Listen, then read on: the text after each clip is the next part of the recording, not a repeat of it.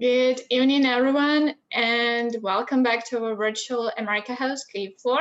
My name is Maria, and I'm America House Program Assistant here at America House Kyiv, and I'll be your host for this evening. Welcome.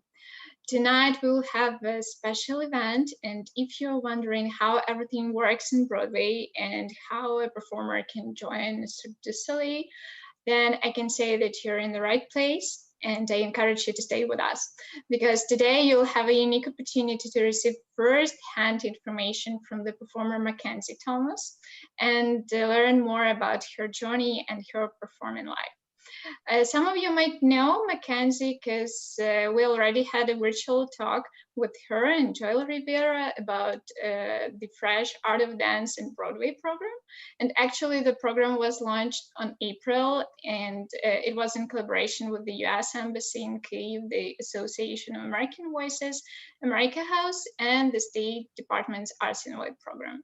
But to those of you who met Mackenzie for the first time, I can briefly say that she is a super talented performer who have worked in different countries and cities with different projects ranging from the Broadway in New York City to Cirque du Soleil in Las Vegas.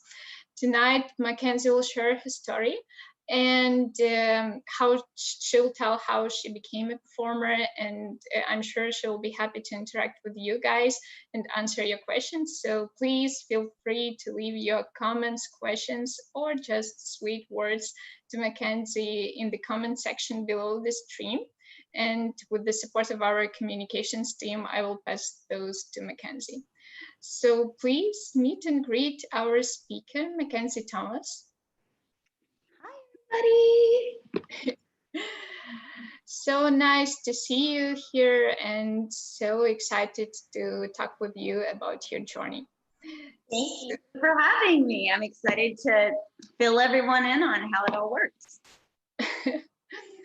Okay, so let's start briefly with like the history of your performing profession. So I'm curious, how have you started it, and when did you realize that you want to be a performer and you will be a successful performer? Was it like something, an aha moment, and you were just, wow, yeah, it's mine? Or it is a long distance journey and you worked a lot to do it? So I started, my mom put me in dance classes when I was about 3 years old. And I always enjoyed dance, but I wasn't great at it. I wasn't super flexible. And I just knew probably there were other things I would be better at. And it was through actually participating in beauty pageants as a kid that, you know, you have to have, there's a talent portion of the competition. And in my first couple pageants, I danced or did like easy gymnastics, something like that. And I would always get first runner up, which is like second place. And I was like, well, how am I gonna win? And so, and so I decided to just switch to singing. And I was always singing around the house. I think music always just felt natural to me. And I would always like pluck out songs on the piano. I would hear something and play it on the piano. And so I just switched to singing, and I started winning. And I was like, oh, I think I'm good at this. I'm better at this. And that's kind of how I just got into it. I was very little, you know, and I started taking voice lessons more seriously when I was maybe around 10. And that's when I started studying classically, and different teachers started guiding me, like, oh, you should look into this, or oh, you should check out this performer, you should do that. And so it kind of just snowballed into now I have a full-on career. That's how it started.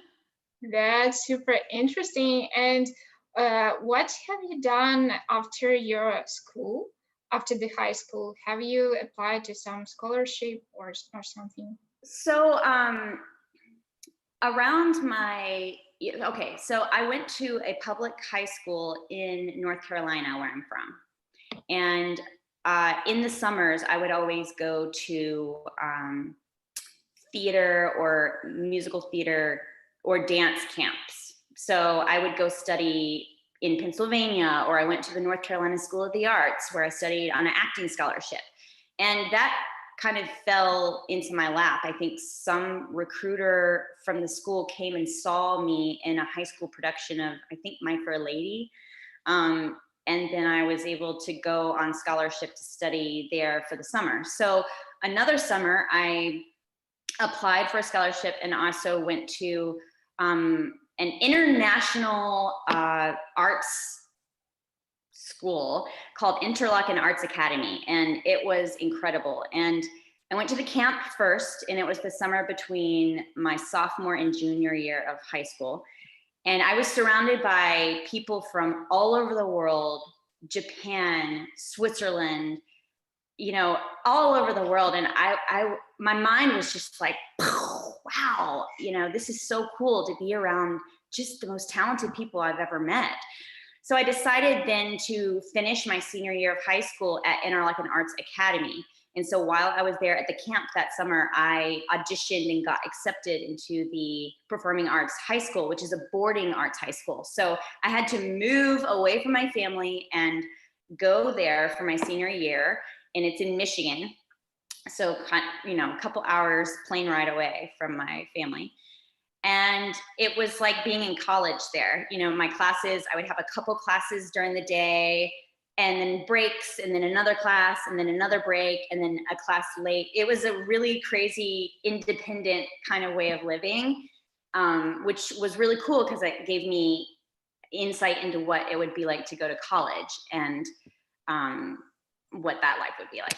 So while at this performing arts high school, obviously they are geared towards, you know, you going to the best performing arts colleges. So a lot of colleges actually came to Interlochen to recruit talent for their universities. And we would have to audition live for them right there on campus. And then other times I had to just fly around the country with one of my parents and go to New York City, go to Cleveland, go wherever I was auditioning, and audition for their program. So it was just like a crazy time. But also this is I want to say, this is a privilege. This is a very privileged experience I had. You know, I had parents that had the means to help me, you know, fly to these auditions or, you know, do these sorts of things. So I feel really lucky that I had that experience, right? Yeah, and as I understand, like doing this lots of auditioning, you got to Broadway, yeah? Oh yeah. So the story with that is very strange and probably not the average story. Many people probably move to New York first and go on 1,000 million auditions before you even get a call back. And then you might book a Broadway show, or you might never book a Broadway show. I mean, it's just such a crazy lifestyle. But what happened was my senior year of college, so I ended up going to Northwestern University, which is in Evanston, Illinois, right outside of Chicago. And I studied opera, that was my major, but I was also in the musical theater certificate program. And my senior year, I decided to skip school that day and go into Chicago on the train at like 6 a.m. in the morning and wait around to audition for the Broadway musical Mamma Mia that was in town auditioning. And it's hard to explain this, but basically you need to be a part of the Actors Equity Association Union. It's the union for stage actors in order to, and I was just a little college student, you know, I was not a member of this. So they had to see all the equity members first at that Mamma Mia audition. And then at the end of the day, if there's time, they'll see people like me, just random people that roll up and are like, hi, can I audition for your Broadway show? And here's the thing, had that audition taken place in New York City, probably I would have never been seen. There's just thousands and thousands and thousands and thousands of people. But Chicago has a smaller talent pool. And at the end of the day, they did have a lot of time to see me. So I waited around all day long to be seen, and I auditioned. I think they asked for probably 32 bars of music, so something similar to the show, to Mamma Mia. So I brought in a pop song. I'm pretty sure I sang "Let's Hear It for the Boy," which is a very famous song from Footloose the musical. And they asked me to sing another song and then another song. So I sang 3 songs in a row. And let me see, I have it right here actually. So my students I've been working with on this program know this already, but basically when you're a professional musical theater auditioner, you have like your own musical theater book. And so you basically pick songs that not only fit your voice well, but that are from musicals with characters you would realistically play. So they kept kind of going through my book like, sing this, sing this, sing this. And I was like, ah! But I was really grateful to have my book, and I was ready. I had all these songs in there that I knew how to sing. I was good to go. So they said, okay, can you come back tomorrow? And so, okay, sorry, I'm getting carried away. So I showed up wearing like a short skirt, some knee-high boots, a lot of makeup. My hair was like, woo, like curly and fun. And, and they were like, and the whole panel was there, like 10 people. And a lot of people from London were there because Mamma Mia originated out of London. And they were like, have you seen our show before? And I was like, yeah, but I hadn't, I lied. And they were like, okay, so you should come back tomorrow, no makeup, your hair just pulled back, jeans, flat tennis shoes, just plain. You don't need to be like this. And I was like, okay. And so I went home and they gave me sides and music from Mamma Mia to come back the next day. And I looked way different the next day. I looked more like a girl, just a simple girl. And I read scenes for the lead girl as well as her best friends. And it went really well. I could tell they were really nice to me and very encouraging, and they were really cool. And so I knew I did a good job, but obviously like I didn't really expect anything to come of it. I just rolled up, skipped college one day and went. So it was quite surprising to me when December 23rd, 2004, I remember I was on Christmas break in North Carolina, and I saw a 212 number call me. And 212 is the popular New York City area code. That's Broadway calling. Every time you see a 212 number, you're like, oh my God, is Broadway calling? So I saw this 212 number on my phone, and I was like, oh my God, oh my God, oh my God, what is this? And sure enough, I picked up and they said, we want to offer you a job with the Broadway national tour of Mamma Mia. And we need you to start like in 2 weeks. And that was pretty crazy because I was in the middle of my senior year. So I didn't even really talk about it with my parents. I was like, I'm clearly going to do this. I'm going to take this opportunity. And I called my professors and I said, can I finish my degree on the road? Is there a way I can go on this tour and we can do Zoom, like Zoom?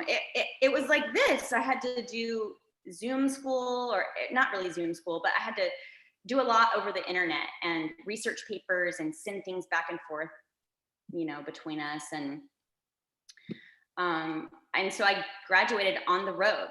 I got my degree. I think I had to change my degree name slightly. It could no longer be Bachelor's in Music and Opera Vocal Performance, because I didn't complete, I wasn't able to do the senior recital, which was a big component of having that degree. So I changed my degree to vocal and theatrical techniques, which I thought made more sense for me anyway, because it sounded more musical theater-y. And they let me kind of name my own degree. So I got my degree while on the tour, and that was how I got offered my equity card. So being offered a contract, a Broadway contract like that, you just get offered your equity contract, and you pay some money to join that comes out of your first couple paychecks.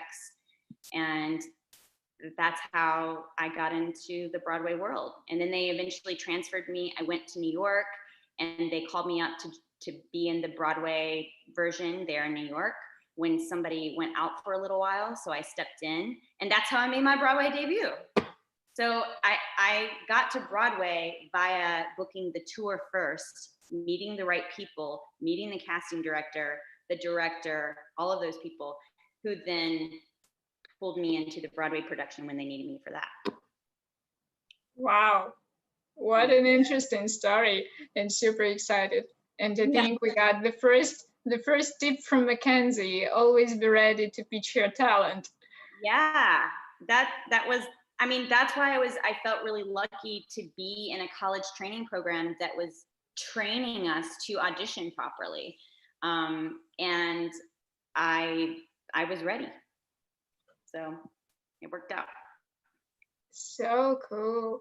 Thank you so much. Yeah, guys, if you have any questions to Mackenzie, please feel free to write them and I'll ask you. You, Mackenzie. By the way, I have one small question. Are you working alone or do you have a manager? So, okay, there's so many details to tell. So if anything's ever confusing, just stop me. Okay, around the time I was on the tour of Mamma Mia, my colleagues back in the musical theater program back at Northwestern were preparing for what they call an agent showcase, which means our program director chose his strongest students to fly to New York City and present a kind of like a review. So everyone would sing a song or two, or maybe do a monologue and a song. Or if you're a strong dancer, maybe you would dance a number and then maybe sing a song. So you would show off one or two numbers, and they would invite all these agents and casting directors to come and watch you. And so we had these forms that they were given, and they would have the opportunity to say, I want to set up a meeting with Mackenzie, you know? So since I was already on a tour, I said to my director, I was like, is there any way I can still compete or go in the showcase to New York, even though I'm already on the tour? And they said, yeah, of course, just fly in. So I literally, on one of my days off, it happened to be a Monday night. Monday night is the dark night on Broadway. That's almost all Broadway shows are dark on Monday nights, which means no shows are playing. That's their day off. So I think on a Monday, I flew into New York, did my showcase. I think I sang one song, and not even like a full song. I think I sang like 16 bars. That's it. I was like, nah, bye. And then I left, caught the plane, and went back to wherever I was in America at that time, touring with Mamma Mia. And I ended up getting a couple agent appointments that way, and they called me up, and I had to fly back in a couple times to meet with them. And I started out with my first agent through getting it through that showcase. And then after a year or two, I was looking for a change. I wanted a different kind of agent. And then I ended up just meeting people. You start meeting people who eventually are like, oh, I'm an agent, you know, how about let's have a meeting and start talking. And so I randomly met my agent for a very long time at a audition. That agent happened to be auditioning for a part as an actor, but never ever had they done that. That was like their one and only audition. And I happened to be right, it was for Hairspray the movie. And I happened to be right beside her in line. And so she heard me sing 16 bars of music for Hairspray the movie. And that was another one of those, got up at 4 a.m. in the morning and was in a line around the block of New York City, like a huge block, standing beside this person who happened to be an agent, who happened to be auditioning for the movie, heard me sing 16 bars, brought me in for an audition, and I sang for the other agents, and then I got signed with that agency. So it's really random. It's right place, right time, being prepared. You just never know. Everything is networking. This whole industry, like many industries, is networking and who you know and having a good reputation, all of those things. And how managers help artists or performers? Like, what they do? Yeah. So the reason you like to have an agent or a manager is because oftentimes for these big Broadway shows, it's not like any person can just roll on up and audition for it, unless it's an open call. So if they have what they call open calls, literally anybody can come and audition for it. But oftentimes for these big ones, Hamilton, Wicked, Phantom of the Opera, anything that's huge, that's a big Broadway show, they hold required union calls, which is again through the Actors Equity Union. So they're required a couple times a year to hold auditions that the union supervises, but also these casting directors that cast these shows basically shop for people from the age that the agents present to them. So here's how it works. The casting director puts out a breakdown and says, we're looking for Elphaba and Wicked. We need somebody ages 20 to 30 who can sing. This is the vocal range. This is kind of what we're looking for. So the casting directors put that out there on breakdown services or some other thing that shows all of the auditions, and all the casting directors have access to a lot of these things that your average person doesn't have access to. So the casting director or the agents didn't say, okay, I got it. Let me look at my Rolodex of actors. I have 150 people I represent. Like if you're a small boutique agency, you probably represent 100, 150 clients. Let me look through my 100 clients. Oh, there's Mackenzie, there's Jill, there's Sally, there's Sarah, and they'll go through and pick out who would be a good fit to audition for Elphaba. Then the agent shops those people back to the casting director, and the casting director says, all right, I'll see Mackenzie, I'll see Sally, I'll see Jill. Her last audition was kind of weak, but okay, I'll take a chance on her too. And so then they'll call in all these people. So it's almost like the best of both worlds. If you're a member of the Actors Equity Union and you have an agent, you're just way ahead of the game. You're taken more seriously. They look at you as a professional auditioning actor, and you're just in the game. So that's why it's important to have an agent. Not to mention the agent negotiates your salary for you, your contract. They can negotiate, money for cab rides after your Broadway show's over at night to take you home. They can negotiate all these little tiny things, vacation days, how many vacation days you have, or say you do a role like Elphaba and you're like, I only want to do it, 6 shows a week. I don't want to do 8 shows a week. It's too much on my vocal cords.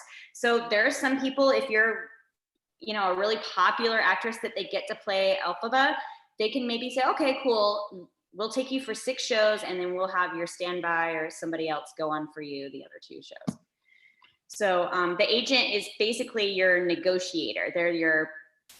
They do all the talking for you. So that's really nice because they understand the wiggle room more than probably you would yourself. That's all they do. They just constantly negotiate contracts for all their clients. They know kind of what they can ask for, or what would be, I don't know if we should ask for that. So it's nice to have an agent on your side. Not to mention, after you do an audition and it went really well, and you're like, I don't know what happened. Like, why didn't I get it? Or why didn't I get a call back? They seem to love me in the room. Your agent can oftentimes get feedback for you. So they can say, hey, I sent in Mackenzie, you saw her for Elphaba.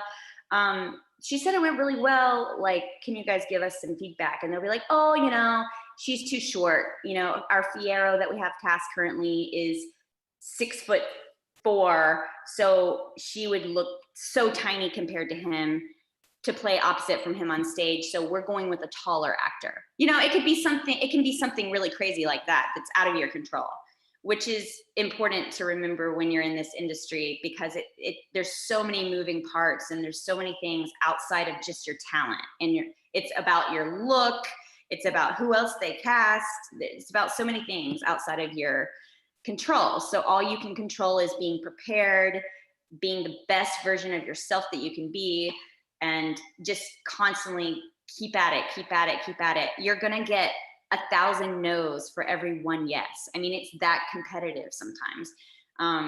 And you just have to have the confidence that it will work out the way it's supposed to work out, and just keep at it. Yeah, I just feel that an agent or manager is a person that will help to make your life easier, like, to be shortly.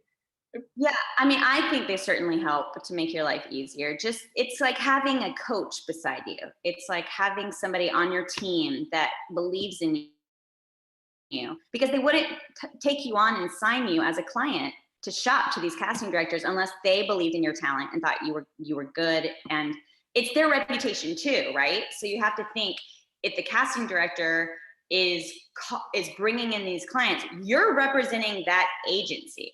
So if you bomb your audition and you're not prepared, and everybody bombs auditions, by the way. Like, I've bombed several auditions, but it can reflect poorly on your agent, you know. And so it's like you guys are a team, but there's pressure there in a way. You're like, I need to produce. I need to get callbacks frequently.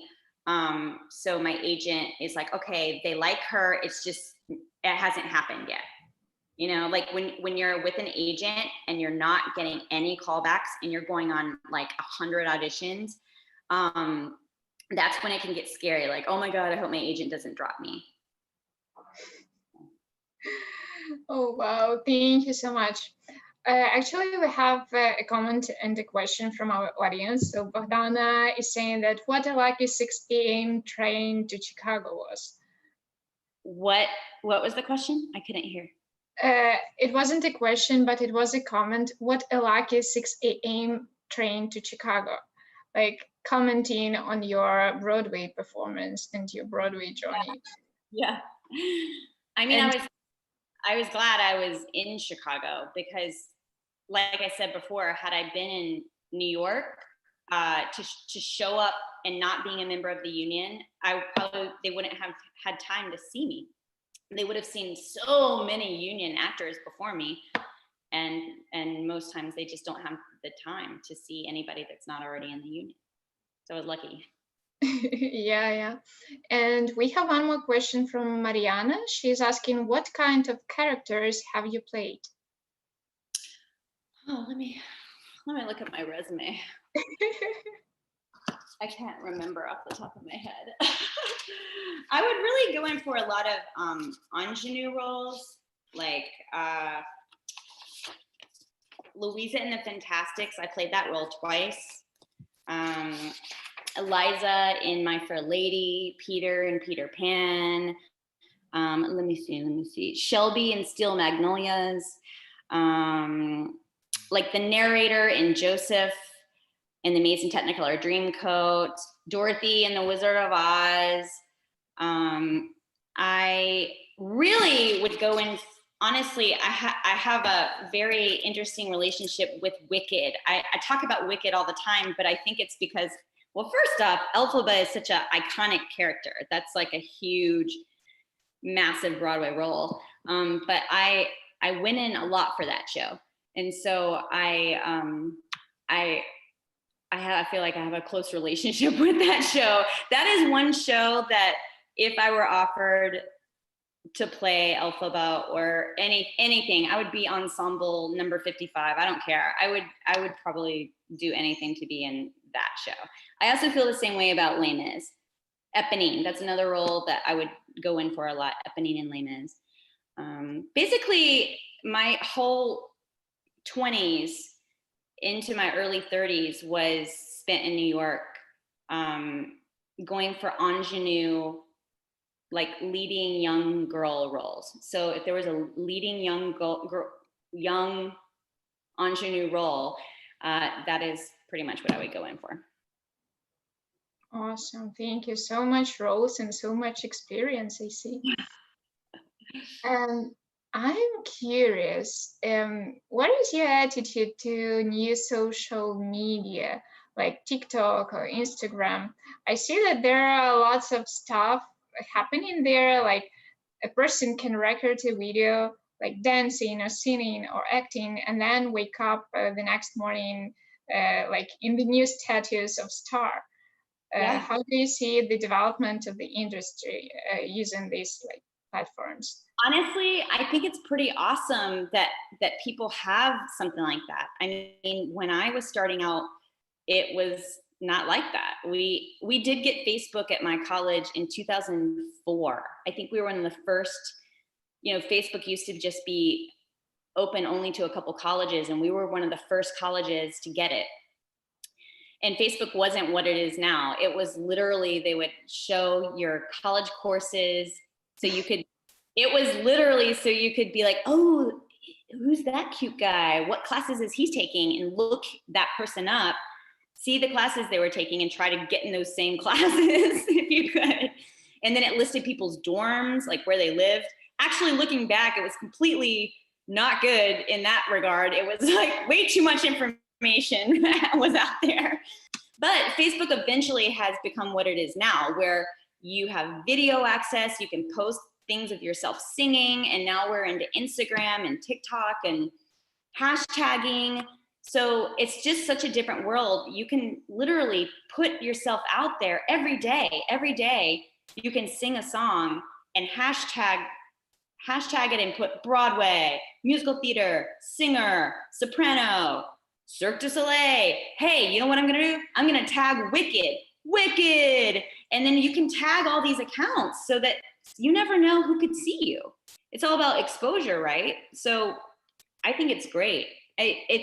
There's more of a hustle though, in a way. I think people have to be on top of that. You have to be on top of it and put out content that reflects who you are and what you want to become and what you want to do. So I think it's great. Yeah, and I think it's future. Yeah, it's actually, yeah. It's yeah. Okay, I don't see any questions from the audience. So guys, please, if you feel like you're curious or want to know something exactly from Mackenzie, please write your questions down.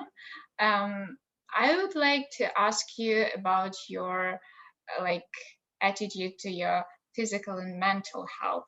You mentioned that you had like a busy schedule with lots of traveling, touring, performing.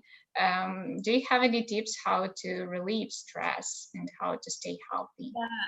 Yeah, it's pretty stressful. I'm not gonna lie. When you're, especially, well, both things are stressful. When you're touring with a production, it feels like you're constantly in go mode, because when I was on the Mamma Mia tour at the time, it was new-ish in that they weren't doing long sit-downs, meaning they weren't going to Chicago for 2 or 3 months and sitting down in that city where you could literally rent an apartment and have rented furniture and unpack your suitcase and have like a real life there for a few months.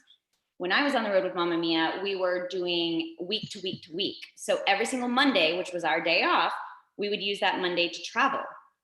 And so there was no day off really. Like our day off was travel day. And sometimes you were spending it on airplanes all day or on bus rides, depending on how close the cities were, how far apart they were.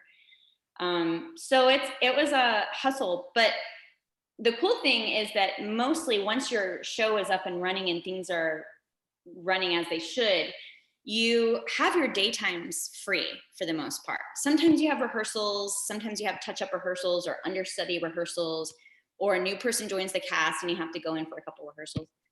But for the most part, your daytimes are free. And so I did a lot of lounging. I'm kind of the kind of person that during the day, if I know I have to perform at night, I'm sleeping, I'm resting, I'm kind of staying low key. Also, I don't like talking too much if I have to sing late at night, depending on the role, obviously. So when I was in Mamma Mia, the tour, I was in the ensemble. So the pressure to have my voice like, perfect wasn't as bad as somebody with like a lead role in that production, right? That had to belt their face off every night, 8 shows a week. So I think you just figure out what can I do, what can I not do. My friend, Vicky, who used to play the role of Elphaba in Wicked, I remember she toured through Raleigh, North Carolina, and I happened to be in North Carolina at that time. And I went to see her play Elphaba, and then afterwards we all went to a bar. But she stopped in, took maybe 2 sips of beer, and then got out of there. Because you can't just stay at a bar all night or around smoke and drinking. You can't do that and sing a role like that and be in top shape to do something like that. So that's where the self-care comes into place. You have to get your sleep. You have to keep hydrated. Like I literally walk around with this everywhere I go, my water bottle. You take your vitamins. You try not to talk too much if you have to sing a lot at night. So right now I'm in training to go back up in my Cirque du Soleil show here in Vegas. And I sing high soprano in this role. So because of that, I kind of have to be a little careful, on my days off, I can relax a little more, but during the week, if I have 2 shows, it's like, I need my sleep. I need to not talk too much. I definitely need to hydrate, eat healthy. It's so important to eat very healthy and, not put a lot of sugar and dairy into your system. It just doesn't work well for singing. So for me personally, some people can get away with eating ice cream before they go sing on stage, but I've noticed especially the older I get, I get a lot of phlegm and inflammation. And for me, I have to really cut that stuff out of my diet. So, and of course, exercise, like I like to go on really long walks. Here in Vegas, I go on long walks with my dog. And then sometimes I do like high intensity workouts, either with somebody from my cast, Cirque du Soleil kind of people that are hardcore. And I'm like, oh guys, this is crazy. Or I'll go to a local studio up the street that has some kettlebell classes or bar classes, cool things like that. But I try to keep in shape because it's all connected, like you said, to stress and to just get out the stress in a healthy way through exercise. And it's all connected. Your voice is connected to your body. So the more you take care of this, the better this is, and the better this is. So it's all connected. And how do you train your voice before you start singing and performing, like before you go to the big stage and you have this moment of performing to the big audience? How do you you have any traditions? I do warm-ups. Typically we do here at Cirque, I'll do a sound check with the band, which we may or may not be warmed up for. I might do a couple warm-ups in the car driving to work, go do the sound check with the band, put on my makeup, which takes an hour and a half to put on.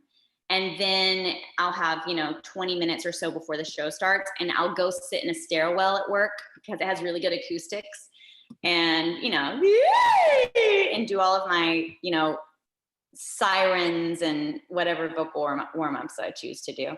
I typically do soprano light kind of warm-ups, even if I use my chest voice or I'm belting in the show sometimes. I typically just stick to like operatic classical kind of warm-ups.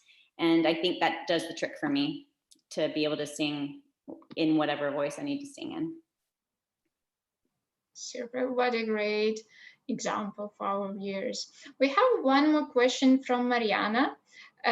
She's one of our viewers, and she's curious, Mackenzie, do you have Ukrainian or Russian friends who also play or used to play in Broadway shows?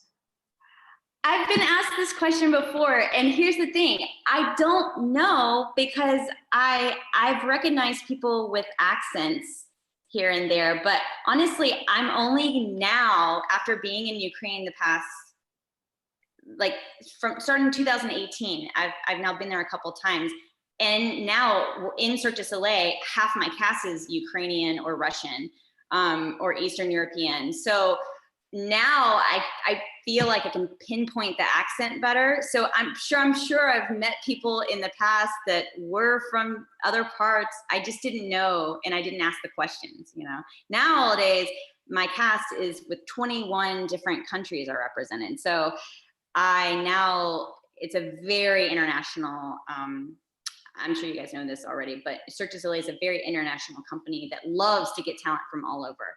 So I definitely think there's more diversity in that sense with Cirque du Soleil versus Broadway. I think probably the average person auditioning and being cast certainly is American, you know, because we're in New York, it's New York City. So I don't know the answer to that question. That's a long answer to that question. Okay, yeah, that's so interesting because you have experience with interacting lots of people and like from different countries, from different continents. What an interesting life. It's awesome. That's the best part. Honestly, I love singing and I love performing, but I love meeting people from all over the world and having access to other cultures and lifestyles and just seeing how things are different and what we have in common and what's so different. It's really cool, you know, and I feel like my life is really enriched big time because of knowing everybody that I know from all these different countries. It's really awesome. What would be your destination number one after the COVID ends and will be more safer to travel? I don't know. Honestly, I'll probably just go to Mexico because it's so close. It's like 2 hours flight south. There's so many places I want to go. I really want to go to London. I want to go to Switzerland. I want to go to Spain. I want to go back to Greece. I love traveling. I love traveling. I love food. I love talking to people, meeting strangers. So the cool thing about performing is that it provides you that lifestyle. You're always meeting new and interesting people. My work has taken me to Singapore, Japan, Taiwan, South Korea, Canada, Mexico, all around the United States, parts of the US that you would never ever go to unless you were touring with a Broadway show.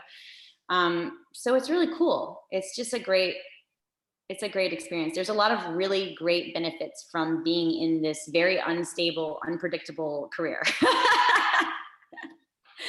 Yeah, that's awesome. I'm missing those traveling too, and like really want to get back to those times when it will be officially safe and available to all of us. Yeah, guys. Yeah. Guys, if you have any questions, this is your, last chance to ask Mackenzie. Last chance, everybody. Yeah, for tonight, of course. Meanwhile, I have a question, probably it will be the last one from my side. And I'm curious, how do you give feedback for someone's work and how to do it in polite and not harmful manner? Because doing and working with the Broadway and even with this program Fresh, with Ukrainian participants, how do you give them feedback? How do I give them feedback? Yeah.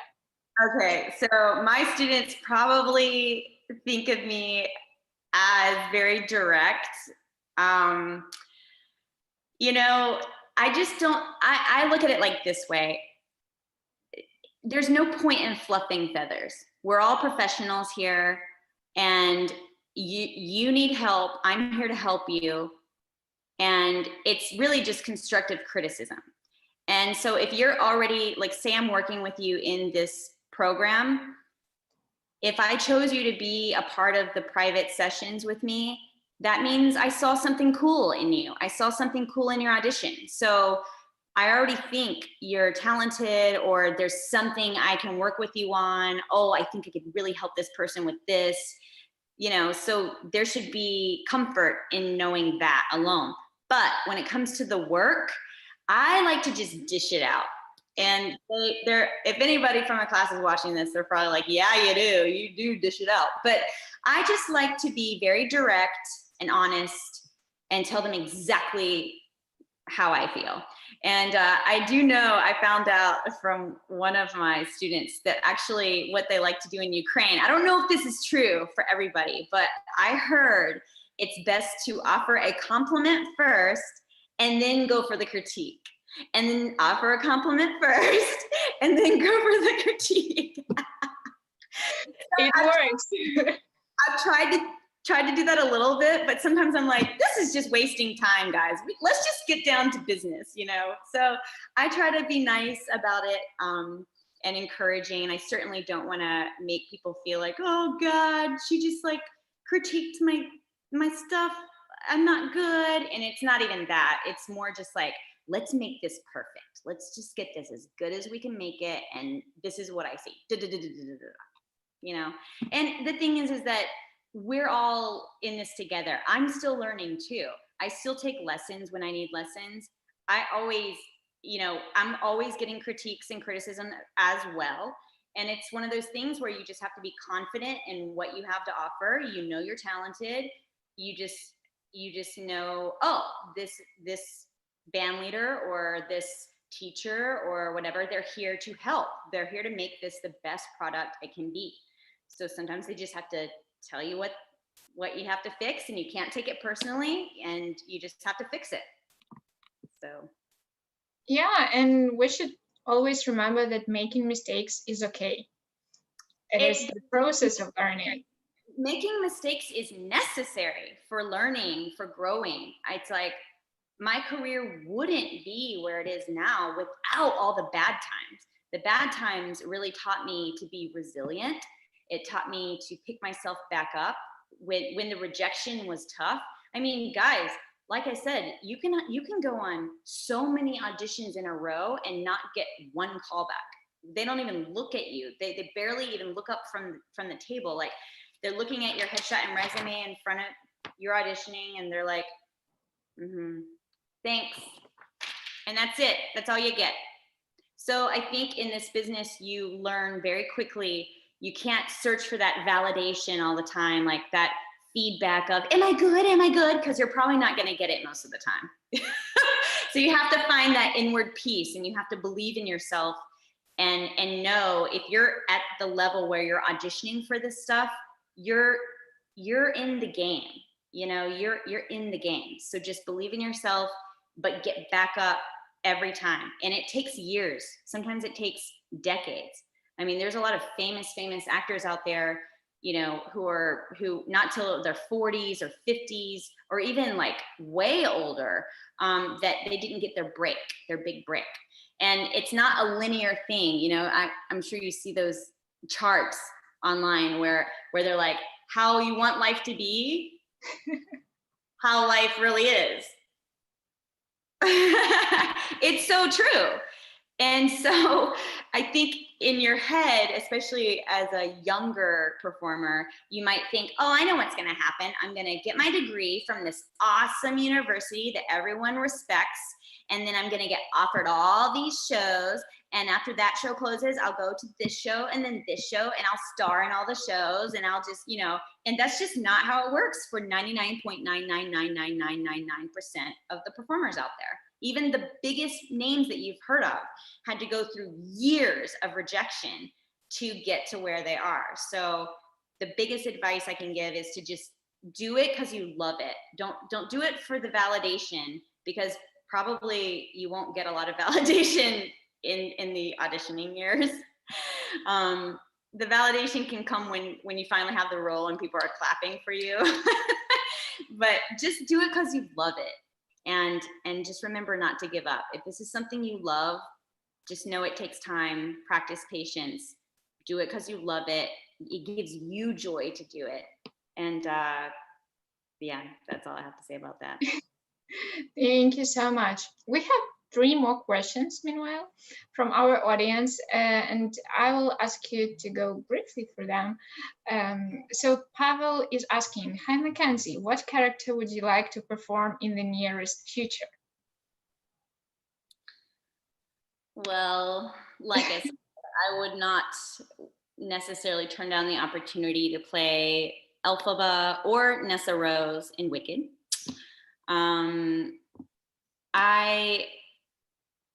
I've always wanted to play Eponine in Les Mis. I think I might be a little too old for that role now. Maybe not. I mean, it's possible. It really depends on how they cast it, but typically she's younger, like 20 something. I don't know. I'm really happy with where I am right now, so I'm not really thinking too hard about what roles I want to play. But like I said, Les Mis and Wicked are those 2 shows that are in my blood. Like, I just feel a strong connection to those 2 shows. So I would not mind being in those shows. Great. Another question from Mariana. What is the most difficult or exciting thing about working in the Broadway shows?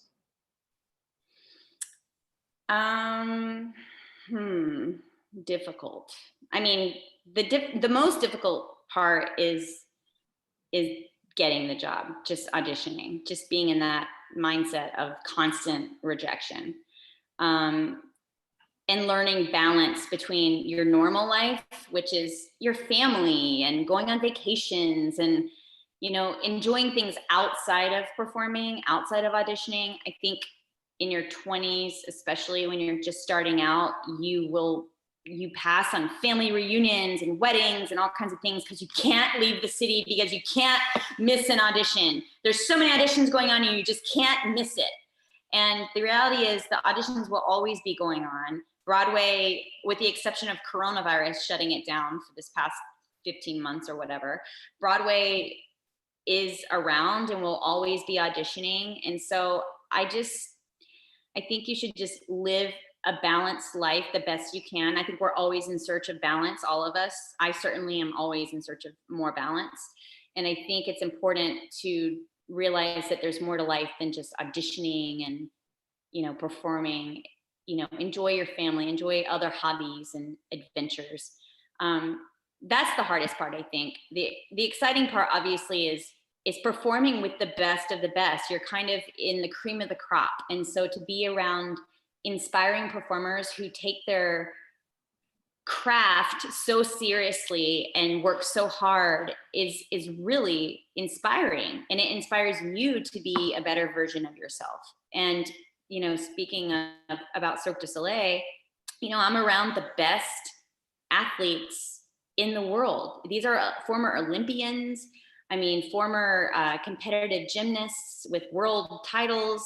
It's really inspiring to be around people that work so hard every day, hours and hours and hours and hours at what they do. And so they take care of their bodies. They go to therapists. They read self-help books. They you know, there's all kinds of work that we all do to care for ourselves and to be the best versions of ourselves that we can be. And I think that's the most exciting part to me, is just being on a stage with such inspiring people. It's great. It's definitely great. And like, this is so inspiring, even hearing from you those stories about your like auditions, traveling, tours, performers. Yeah. We have the last question from Andy, and he is asking, Dear Mackenzie, please tell us more about your everyday schedule and how much of sleep do you need? Ooh, so interesting. Okay, so here's the deal. I have a 6-year-old son. So obviously when you become a parent, your sleep is not as prevalent as you would like it to be. But that being said, I do have a very hands-on husband who is very helpful at waking up in the morning with my son, getting his breakfast ready, getting him off to school, And sometimes I'll wake up to say hi, like, hi, how are you? Give them a little hug and be like, okay, I'm going back to bed. So especially when I'm in work mode, I really do try to get, I mean, in a perfect world, I would get like 9 or 10 hours of sleep, but it's usually probably around 7, to be honest. But I need good sleep to sing my best. I think 9 hours is great, and then a lot of hydration and eating very healthy, avoiding dairy. So my day is wake up, maybe say hi to my son, but kind of lounge a little bit or try to sleep late. It's hard. Once you're on mom's schedule, it's almost like you can't sleep like you used to. It's like you can't really sleep to 11 anymore. That would be crazy if I actually slept that late. I don't even know if I could do that. That'd be amazing. But I kind of get up, and like I said, I like to keep things pretty low key during the day. I don't even like to do hardcore exercising on days that I'm performing. Sometimes I do, but I really like to keep it low key, like walks, just not talking a lot. You know, if I were doing 2 shows tonight, you know, I just have a rehearsal for 3 hours tonight. But if I were to have 2 shows to do, I'd be a little nervous about having even this lecture right now. And it's a lot of talking, and I try to stay a little more quiet during the day. So then after I kind of do all that, I might do errands, you know, go to the grocery store, do everything that we all have to do. But then usually around 3 o'clock, I'll pick up my son from school, come back with him, hang out with him for a couple hours. And then by 5 o'clock, I leave for my show, and my theater is about 17 minutes drive away from my house. So I will drive there, kind of warm up in the car, get to the theater, do the sound check with the band. Then I have to put on my Cirque du Soleil makeup for an hour, hour and a half. Now that we've been out of practice for 15 months, it might take me like 2 hours to put on my makeup. I'm not really sure. So I do that, and that's really nice. I feel like that's my Zen time. It's just a quiet, I mean, it's not too quiet because the girls and I usually like jibber jabber while we're putting on our makeup, but it's just like my me time, which is nice. So I'll usually have a cup of hot tea, and I'll be sipping on that while I'm putting on my makeup. And then I'll warm up for, you know, no more than 20 minutes. I do short warm-ups. And then I'll do show number 1, 90 minutes. Then there's a 1 hour break. And normally I'll eat a small dinner, maybe some broccoli and chicken, something bland, nothing, again, no cheese, nothing sweets, no sweets, nothing that can cause inflammation or phlegm in my voice. And then I'll do show number 2. And then by that point, we all run to the dressing room, get our makeup off, and are just trying to get to our cars and get out of there and get home. And so by 11 o'clock, I'm driving home, and I usually go straight to bed. I mean, there are some times where I might need to, you know, have a glass of wine and watch a show, but typically I'm like, ugh, I just want my bed. I need to go to sleep. So I'll drink some water, then go to bed. That's my typical day. Okay, yeah, bye. That's my typical day. Okay, thank you so much. That was so interesting. Actually, I don't have any questions from my side, and as I see, we don't have any questions left from the audience. So yeah, I would like to thank you for being with us tonight and for being so open for all these questions and for sharing those cool, funny, and inspiring stories with me and our audience. So thank you. Well, thank you. It was a pleasure talking about this. I could, you know, talk about this crazy life. There's a lot to talk about. There's a lot of details there, but I hope the viewers were inspired. No matter what you're pursuing, I hope you just realize it's all a numbers game. You just have to keep showing up, keep being prepared, keep doing the work, keep showing up, and then eventually it'll work out. Yep, that's the best advice I've ever received. Thank you. Yeah, thank you so much. And thank you everyone for joining us tonight. Thank you for your questions, and thank you for staying with us. Please join the next virtual sessions within America House programming, and have a great rest of the day. Bye, guys. Bye, everyone. Have a great evening.